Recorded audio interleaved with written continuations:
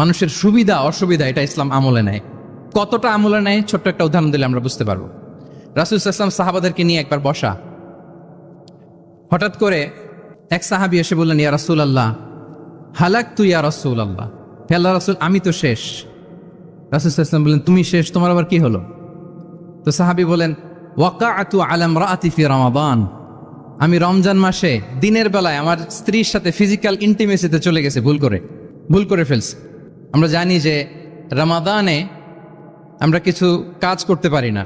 সিয়ামের সংজ্ঞাই হচ্ছে আসসাওমু হুয়াল ইমসাক আনিল আকলি ওয়া শুরবি ওয়াল জিমাই মিন তুলুইল ফাজরি ইলা গুরুবিশ শামসি মা'আন নিয়া, মানে রোজা হচ্ছে এটা এমন ইবাদত, সূর্যোদয় থেকে সূর্যাস্ত পর্যন্ত না খেয়ে থাকা, কোনো কিছু পান না করা, এবং দিনের বেলায় বিবাহিতরা তাদের স্ত্রীদের সাথেও ইন্টিমেসিতে যেতে পারবে না। এটা যদি কেউ মেনটেন করে এটা হচ্ছে সিয়াম।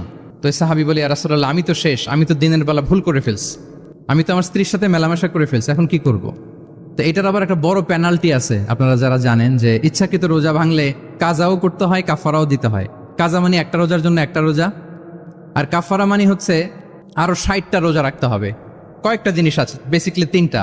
তো রাসূল সাল্লাল্লাহু আলাইহি ওয়াসাল্লাম তাকে বললো যে তোমার তো পেনাল্টি হয়েছে, তুমি তো বড় ভুল করে ফেলছো, তো তোমার কাছে কি এরকম কোনো দাস আছে যেটাকে তুমি আজাদ করে দিতে পারবা, মুক্ত করে দিতে পারবা, তাহলে পেনাল্টি আদায় হয়ে গেল। সে বলে, ইয়া রাসূলুল্লাহ না, আমার তো এত সক্ষমতা নাই, আমার কাছে তো কোনো দাস নাই।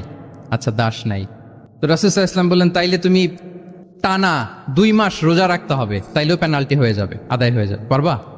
সে বলে, ইয়া রাসূলুল্লাহ 2 মাস রোজা রাখা তো এটা কঠিন হয়ে যায়, ইটস নট এ জোক, টানা 60 দিন কি করে রোজা রাখবে?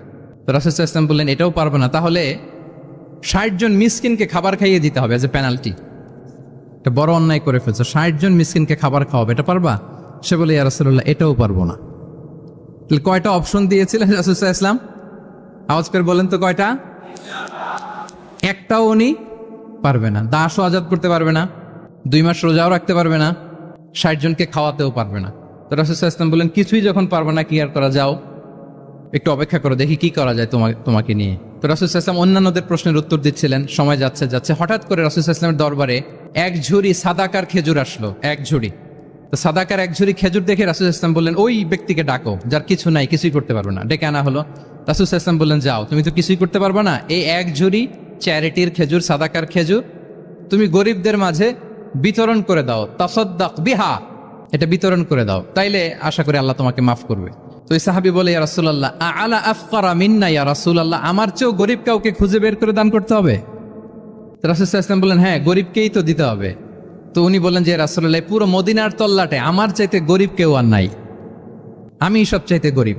ফাদাহিকা রাসূলুল্লাহ হাত্তা বাদাত আনিয়াবু, একথা শুনে রাসূল সাল্লাল্লাহু আলাইহি ওয়াসাল্লাম হেসে দিলেন, এত হেসে দিলেন যে রাসূল সাল্লাল্লাহু আলাইহি ওয়াসাল্লাম এই পাশের চোয়ালের দাঁত দেখা গেল। এত বেশি হাসেন না উনি, নিজেকে ধরে রাখতে পারলেন না, হাসি আটকে রাখতে পারলেন না। ফাদাহিকা রাসূলুল্লাহ, হেসে দিলেন, হাত্তা বাদাত আনিয়াবু, ওনার দাঁতের এপাশ ওপাশ দেখা গেল।